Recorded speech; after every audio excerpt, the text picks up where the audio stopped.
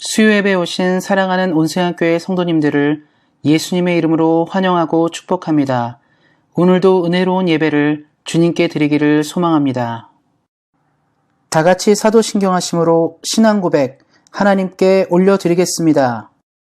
전능하사 천지를 만드신 하나님 아버지를 내가 믿사오며 그 외아들 우리 주 예수 그리스도를 믿사오니 이는 성령으로 잉태하사 동정녀 마리아에게 나시고 본디오 빌라도에게 고난을 받으사 십자가에 못 박혀 죽으시고 장사한 지 사흘 만에 죽은 자 가운데서 다시 살아나시며 하늘에 오르사 전능하신 하나님 우편에 앉아 계시다가 저리로서 산 자와 죽은 자를 심판하러 오시리라.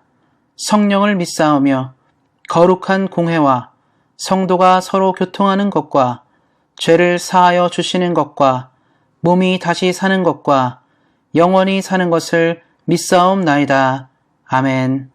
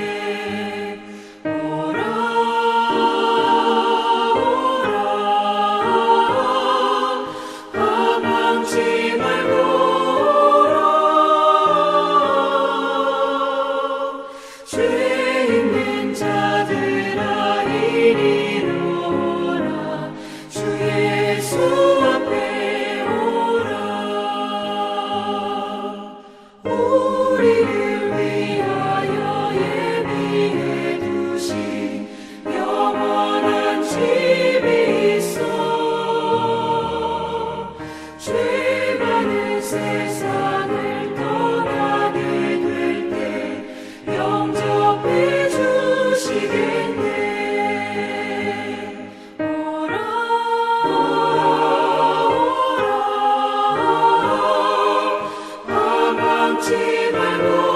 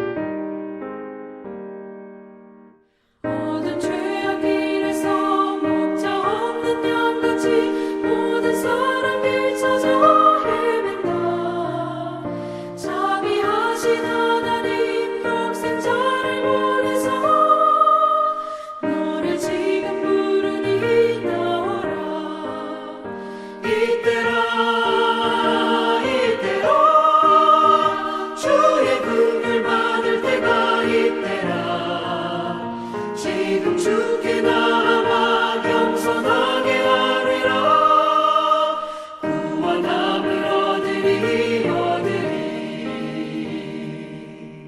험한 십자가 위에 달려 돌아가신 주 다시 살아나셨네 기쁘다. 죄인 구원하실 때 어서 주께 나와 그 신을 내 구하라 구하라. 이때라 주의 긍휼 받을 때가 이때라. 지금 주께 나와 겸손하게 아뢰라. 구원함을 얻으리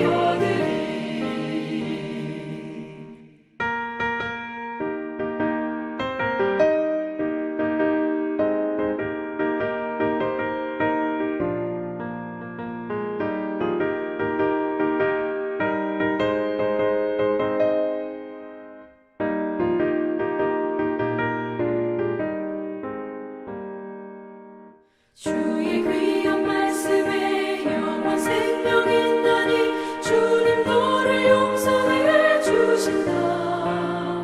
주가 부르실 때에 힘과 정성 다하여 주의 은혜 받으라 이때라 주의 긍휼 받을 때가 이때라.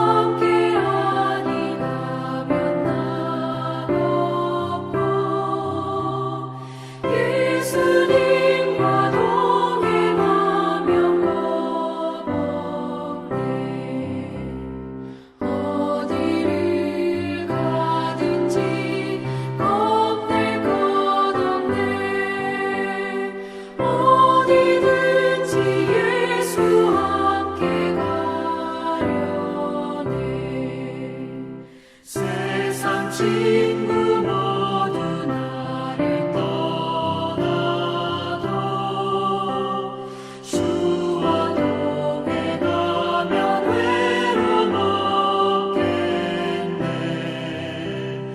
가는 길이 위태하고 험해도 어디든지 예수 함께 가려네.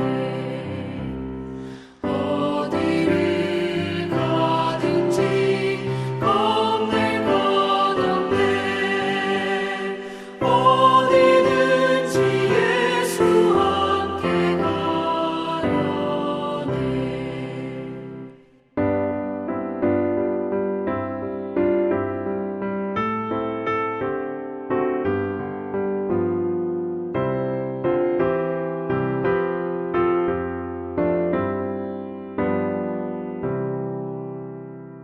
어둠 그늘 나를 애워쌀 때에 주가 함께 계신 믿고 자려네.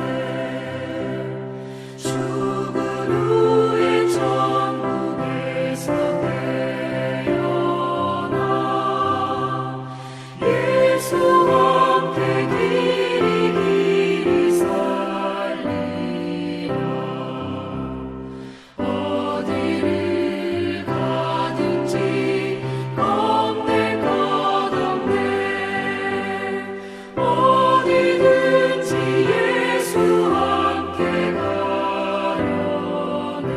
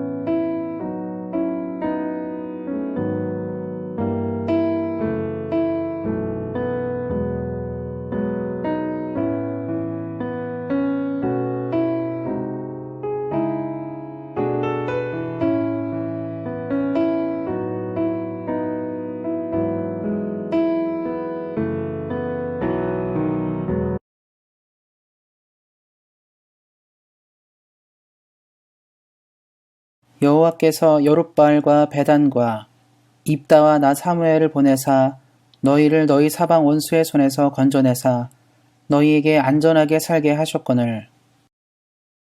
너희가 암몬 자손의 왕 나하스가 너희를 치러옴을 보고 너희의 하나님 여호와께서는 너희의 왕이 되심에도 불구하고 너희가 내게 이르기를 아니라 우리를 다스릴 왕이 있어야 하겠다 하였도다. 이제 너희가 구한 왕, 너희가 택한 왕을 보라. 여호와께서 너희 위에 왕을 세우셨느니라. 너희가 만일 여호와를 경외하여 그를 섬기며 그의 목소리를 듣고 여호와의 명령을 거역하지 아니하며 또 너희와 너희를 다스리는 왕이 너희의 하나님 여호와를 따르면 좋겠지만은 너희가 만일 여호와의 목소리를 듣지 아니하고 여호와의 명령을 거역하면 여호와의 손이 너희 조상들을 치신 것 같이 너희를 치실 것이라. 너희는 이제 가만히 서서 여호와께서 너희 목전에서 행하시는 이 큰 일을 보라. 오늘은 밀베는 때가 아니냐. 내가 여호와께 아뢰리니 여호와께서 우레아 비를 보내사 너희가 왕을 구한 일 곧 여호와의 목전에서 범한 죄악이 큼을 너희에게 밝히 알게 하시리라. 이에 사무엘이 여호와께 아뢰매 여호와께서 그날에 우레아 비를 보내시니 모든 백성이 여호와와 사무엘을 크게 두려워하니라. 모든 백성이 사무엘에게 이르되 당신의 종들을 위하여 당신의 하나님 여호와께 기도하여 우리가 죽지 않게 하소서. 우리가 우리의 모든 죄에 왕을 구하는 악을 더하였나이다. 사무엘이 백성에게 이르되 두려워하지 말라. 너희가 과연 이 모든 악을 행하였으나 여호와를 따르는 데에서 돌아서지 말고 오직 너희의 마음을 다하여 여호와를 섬기라. 돌아서서 유익하게도 못하며 구원하지도 못하는 헛된 것을 따르지 말라. 그들은 헛되니라. 여호와께서는 너희를 자기 백성으로 삼으신 것을 기뻐하셨으므로 여호와께서는 그의 크신 이름을 위해서라도 자기 백성을 버리지 아니하실 것이요. 나는 너희를 위하여 기도하기를 쉬는 죄를 여호와 앞에 결단코 범하지 아니하고 선하고 의로운 길을 너희에게 가르칠 것인즉 너희는 여호와께서 너희를 위하여 행하신 그 큰 일을 생각하여 오직 그를 경외하며 너희의 마음을 다하여 진실히 섬기라.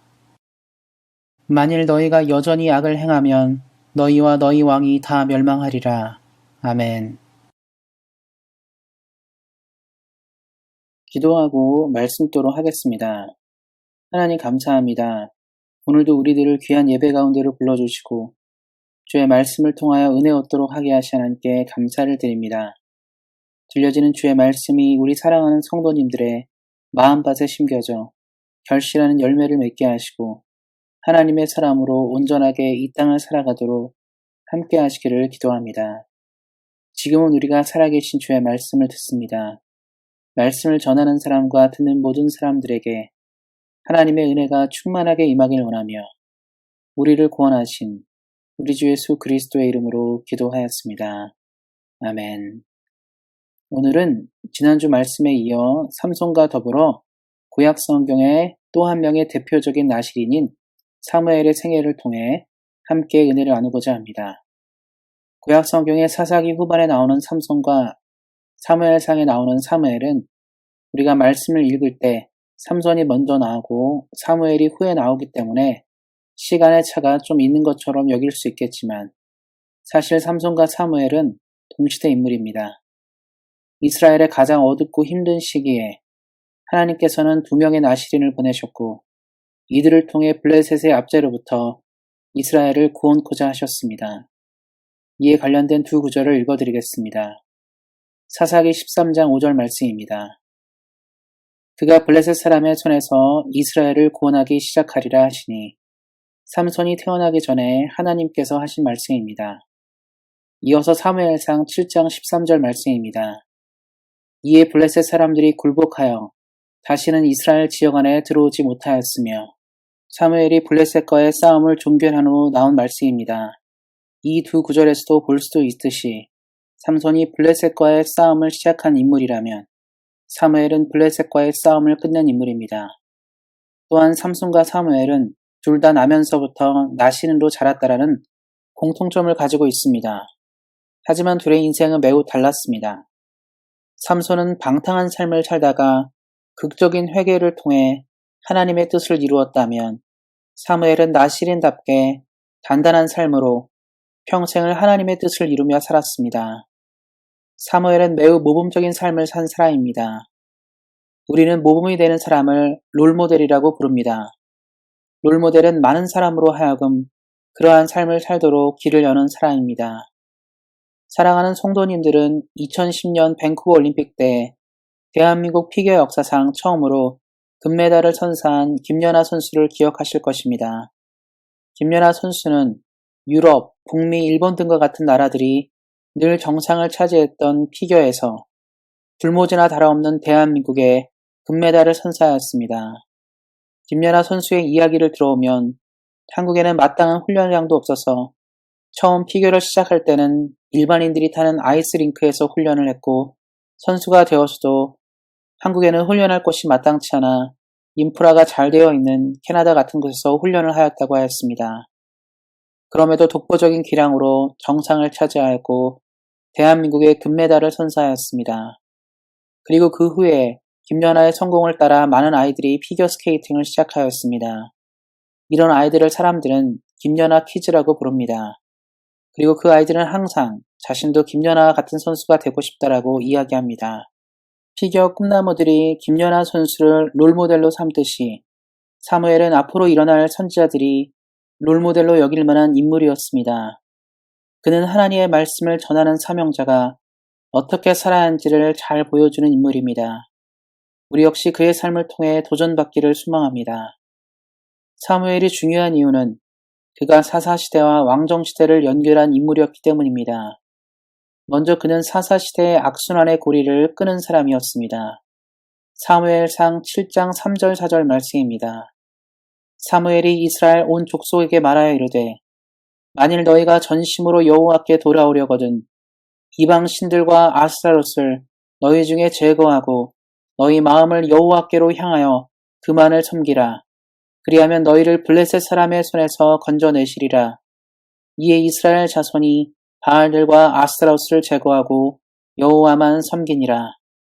사사시대는 범죄, 회개, 회복, 범죄의 악순환의 연속이었습니다. 사사기의 기록을 보면 여호수아 이후에 여호수아 같은 강력한 리더가 나오지 못했습니다. 그러다 보니 이스라엘은 신앙의 훈련이나 교육이 잘 이루어지지 않으면서 계속적으로 우상 숭배의 문제를 해결하지 못했습니다. 근본적으로 영적인 기둥의 부재는 반복되는 죄의 문제를 낳았던 것입니다.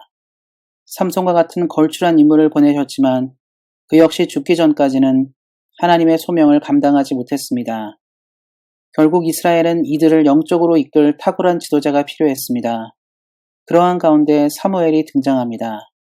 사무엘은 어머니 한나의 기도로 출생한 사람으로 한나는 하나님께서 자신에게 아들을 주시면 하나님께 드리겠다고 서원하였습니다. 그리고 사무엘의 이름의 뜻이 여호와께 구하다라는 의미를 볼 때 우리는 한나의 마음을 잘 이해할 수 있습니다.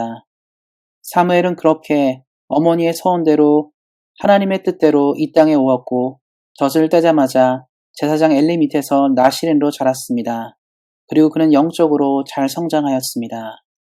사무엘상 3장 19절 21절 말씀입니다. 사무엘이 자라매 여호와께서 그와 함께 계셔서 그의 말이 하나도 땅에 떨어지지 않게 하시니 단에서부터 브엘세바까지의 온 이스라엘이 사무엘은 여호와의 선지자로 세우심을 입은 줄을 알았더라. 여호와께서 실로에서 다시 나타나시되 여호와께서 실로에서 여호와의 말씀으로 사무엘에게 자기를 나타내시니라. 말씀과 같이 사무엘은 하나님이 그와 동행하심으로 그의 한마디 한마디가 온 이스라엘에게 강력한 영향력을 미치게 되었고 이스라엘 사람들 역시 그가 하나님의 뜻을 전하는 선지자로 여겼습니다. 그리고 엘리가 죽은 후 이스라엘의 사사가 되어 오랜 기간 이스라엘을 괴롭힌 범죄의 악순환을 끊어냅니다. 온 이스라엘 백성들은 사무엘의 요청대로 자신들의 우상을 제거하고 하나님 앞에 섰습니다. 이것이 그 유명한 미스바 대성회입니다. 지금도 나라를 위한 중요한 기도회나 모임에 종종 미스바라는 단어를 사용하는데 그것의 기원이 되는 사건이 바로 사무엘상 7장에 나오는 미스바 대성회입니다. 사랑하는 성도 여러분, 우리는 부흥을 자주 이야기합니다. 부흥의 시대에 교회는 성장하고 나라는 든든해지며 많은 사람들이 하나님의 은혜 안에서 풍성한 삶을 누립니다. 그 부흥이 어떻게 오는지 궁금하다면 사무엘과 이스라엘 백성의 미스바 성회를 기억하면 됩니다. 우리 안에 하나님보다 높아진 것을 제거하고 온전히 하나님을 사모하게 될 때 우리는 부흥을 맞이하게 될 것입니다. 사랑하는 성도 여러분, 부흥은 어떤 한 사람이 주도하는 것이 아니며 우리 교회 공동체가 함께 말씀 앞에 성령 앞에 나올 때 하나님께서 주도하시는 것입니다. 우리와 우리 온세한 교회에 성령님께서 주도하시는 미스바 대부흥의 역사가 있으므로 이 시대 가운데 우리 사랑하는 성도님들 모두가 하나님께 귀하게 쓰임 받으시기를 예수님의 이름으로 축원드립니다. 그런데 이러한 영적인 각성운동의 소식을 들은 블레셋은 군대를 이끌고 이스라엘을 치러 올라왔습니다. 모든 이스라엘 사람들이 한 곳에 모였다는 소식을 듣고 군사를 일으켜 이스라엘을 멸망시키고자 한 것입니다. 그러나 하나님의 뜻대로 뭉치고 모인 모임은 사람이 어찌할 수 있는 것이 아닙니다. 블레셋은 이스라엘을 치러 왔지만 하나님은 하나님을 전심으로 믿기로 한 이스라엘 앞에서 블레셋에게 천둥번개를 내리시고 블레셋의 군대를 패하게 하셨습니다. 사랑하는 성도 여러분, 우리가 주를 위해 살고자 하고 하나님의 영광을 위해서 일어날 때 하나님은 우리들의 삶을 보호하십니다. 우리의 가정과 자녀들과 사업과 일터를 지키십니다. 하나님은 당신의 백성을 위해서 친히 싸우시는 분이시기 때문입니다. 이를 기억하시고 우리 사랑하는 성도님들이 언제나 올바른 신앙으로 삶의 문제를 믿음으로 돌파하시기를 예수님의 이름으로 축원드립니다. 사무엘은 이렇게 오랜 기간 이스라엘을 괴롭힌 블레셋을 물리치고 나라를 안정시켰습니다. 또한 잃었던 영토도 회복하며 그리고 무엇보다 전쟁으로 고통한 시대를 평화의 시대로 이끌었습니다. 사무엘상 7장 13, 14절입니다. 이에 블레셋 사람들이 굴복하여 다시는 이스라엘 지역 안에 들어오지 못하였으며 여호와의 손이 사무엘이 사는 날 동안에 블레셋 사람을 막으심에 블레셋 사람들이 이스라엘에게서 빼앗았던 성읍이 에그론부터 가드까지 이스라엘에게 회복되니 이스라엘이 그 사방 지역을 블레셋 사람들의 손에서 도로 찾았고 또 이스라엘과 아모리 사람 사이에 평화가 있었더라. 이처럼 사무엘은 사사로 이스라엘을 잘 다스렸습니다. 그런데 시간이 지나서 이스라엘 백성들은 사무엘의 마지막을 염려하기 시작하였습니다. 우리는 모두 이 땅을 살지만 이 땅에서 영원한 존재는 없다는 것을 압니다. 인간의 역사의 모든 사람들이 때가 지나면 죽고 사라졌습니다. 훌륭한 사람들도 악한 사람들도 예외 없이 그랬습니다. 이스라엘 백성들은 사무엘의 마지막 때가 가까워지자 걱정하기 시작하였습니다. 사무엘 이후에 이렇게 잘 다스릴 사람이 있을까를 생각한 것입니다. 그도 그럴 것이 다음으로 사사가 되어야 하는 사무엘의 아들들은 사무엘에는 못 미치는 사람들이었습니다. 사무엘상 8장 3절입니다. 그의 아들들이 자기 아버지의 행위를 따르지 아니하고 이익을 따라 뇌물을 받고 판결하니라. 이러한 사무엘 아들들의 실정으로 인하여 백성들은 사무엘에게 왕을 요구합니다. 주변 민족들처럼 왕정국가로 나가고 싶다고 요구한 것입니다. 우리는 백성들의 요구가 그리 나쁘지 않다고 볼 수 있습니다. 불완전한 사무엘의 아들보다 좋은 왕을 세우는 것이 사무엘 사후를 대비할 수 있기 때문입니다. 또 우리는 성경을 읽으면서 다윗과 솔로몬 같은 훌륭한 왕들이 나온 것을 볼 때 좋은 선택이라고 생각할 수 있습니다. 그런데 사무엘은 백성들의 이러한 요구에 매우 실망하였습니다. 사무엘상 8장 6절입니다. 우리에게 왕을 주어 우리를 다스리게 하라 했을 때 사무엘이 그것을 기뻐하지 아니하여 사실 신명기 17장 14절부터 20절까지 말씀을 보면 하나님은 이스라엘이 왕을 요청할 때 왕을 세우는 법을 이미 말씀하셨습니다. 시간이 꼭 되실 때 신명기 17장 14절부터 20절까지 말씀을 살펴보시기 바랍니다. 그러니까 백성들의 요구는 어떻게 보면 큰 문제가 되지 않는 것이었습니다.